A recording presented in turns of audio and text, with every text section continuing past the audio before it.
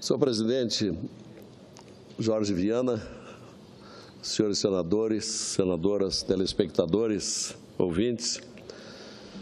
Presidente, nesse momento tão convulsionado na área política, aqui em Brasília, eu quero relembrar que há, desde o dia 29 de março, último, aqui no Congresso Nacional, entregue pelo Ministério Público Federal, um pacote com 10 medidas contra a corrupção. Uma medida muito oportuna, muito adequada e que consistiu no recolhimento de 2.165.150 assinaturas, decorrência desta insatisfação veemente dos brasileiros com o rumo das gestões públicas e setores da política nacional. E eu estou relembrando isso porque até agora não aconteceu nada em relação ao ingresso desta proposta de iniciativa popular. E eu quero recordar rapidamente do que consiste essa proposta de iniciativa popular.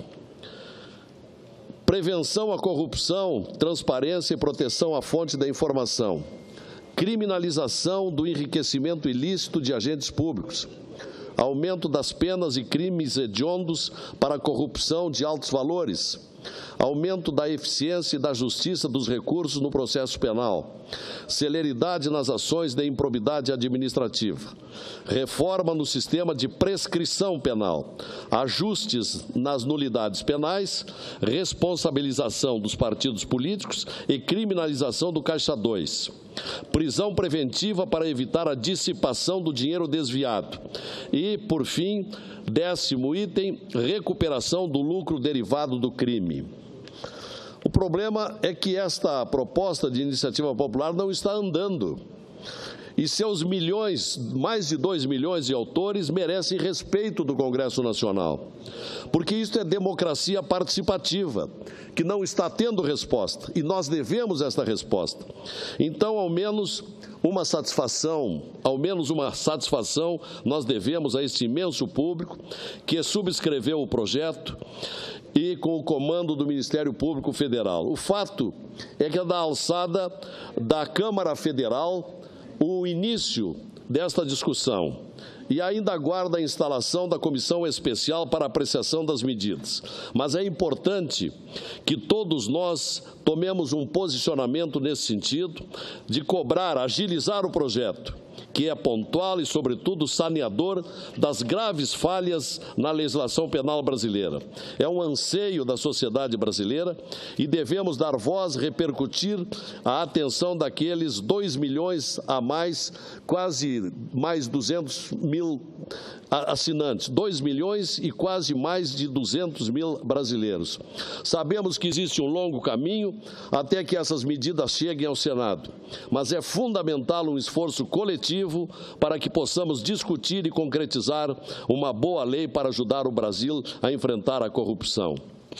Porque, senhor presidente, onde há falhas, onde há lacunas na legislação, cabe a este Congresso Nacional supri-las.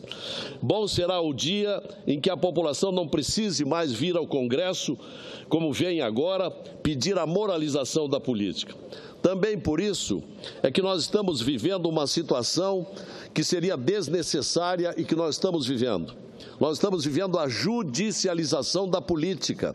Muito se tem falado nisso.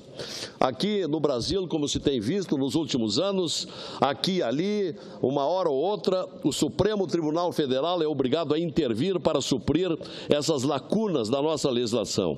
Agora mesmo, senhores senadores, nós vimos há bem poucos dias o Supremo Tribunal Federal tendo de afastar o presidente da Câmara Federal, o deputado Eduardo Cunha, implicado em várias acusações, uma ação que caberia à própria Câmara, especialmente ao Conselho de Ética, que já deveria ter terminado a sua função, mas não o fez e continua não o fazendo, através do mais tumultuado processo no Conselho de Ética até hoje visto aqui no Congresso Nacional, onde o acusado vem impondo manobras ao sabor das suas conveniências.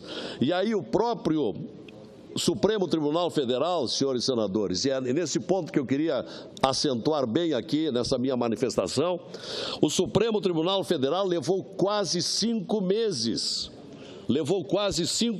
para afastar o presidente da Câmara dos Deputados, quando isso já era tarefa há muito tempo da própria Câmara ter adotado essa medida. E desde ontem, senhores senadores, nós vivemos esta explosiva manchete de um grande jornal brasileiro, onde 4 figuras da primeira linha da política nacional vêm sendo essas figuras acusadas e com pedidos de prisão por parte do Ministério Público Federal. Conforme a notícia, há mais de uma semana, esse pedido do Procurador-Geral da República estaria nas mãos do ministro Teori Zavascki. E o Supremo ainda não se pronunciou e nem se sabe quanto tempo levará para se pronunciar. E é nesse particular que eu queria realçar bem. Será que vamos ter de esperar também por 5 meses, como aconteceu com a atitude do Supremo, para decidir o afastamento do presidente da Câmara dos Deputados?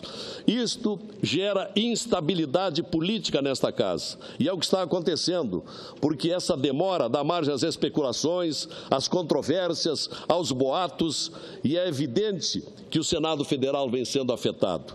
Nós mesmos não sabemos em que situação nos encontramos se o nosso presidente do Senado Federal está sob tão grave acusação. Então, aonde eu quero chegar com esta manifestação é que se impõe uma decisão por parte do senhor Teori Zavascki, ministro do Supremo Tribunal Federal. Ele não poderá nos manter sem saber o que está acontecendo por meses e meses, como aconteceu com o presidente da Câmara dos Deputados. Porque o procurador, para ter chegado ao extremo de pedir prisões, como pediu, nos faz supor que há fundamentos reais para isso. Mas isto, o ministro que tem em mãos esse processo precisa nos dizer: há fundamentos para o afastamento do presidente do Senado ou não há? Se não há fundamentos, que ele restabeleça a tranquilidade a todos nós aqui no Senado. Porque a instabilidade, repito, a instabilidade está instaurada entre todos nós aqui no Senado. Nós respeitamos a independência dos poderes.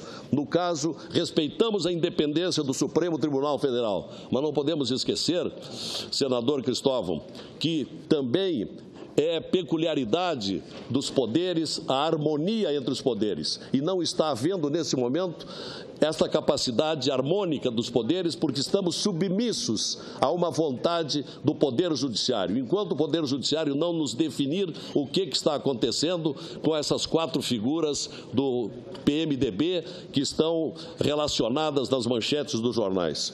Por isto, nós queremos a independência do Supremo, mas queremos a harmonia e o respeito também a esta Casa Legislativa. O Supremo não tem tido agilidade ao longo da história. E eu nem quero comparar aqui, senhores senadores, com o que vem fazendo exemplarmente o juiz federal Sérgio Moro, que age rapidamente e com isso já atingiu um alto conceito diante da sociedade brasileira, exatamente pela rapidez, pela forma prática, pelo número de decisões que já tomou. O Supremo Tribunal Federal é historicamente lento, mas neste caso deve dar uma prioridade extraordinária para o que está acontecendo.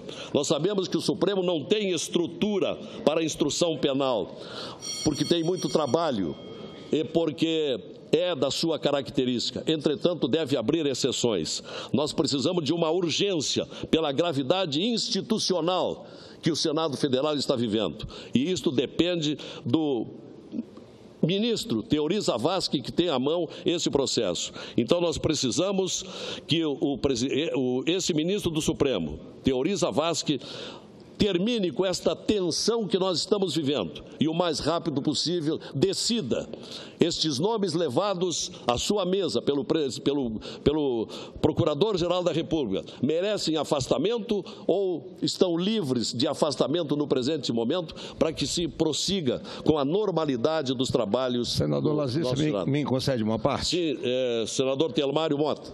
Eu estava ouvindo muito atento à fala de Vossa Excelência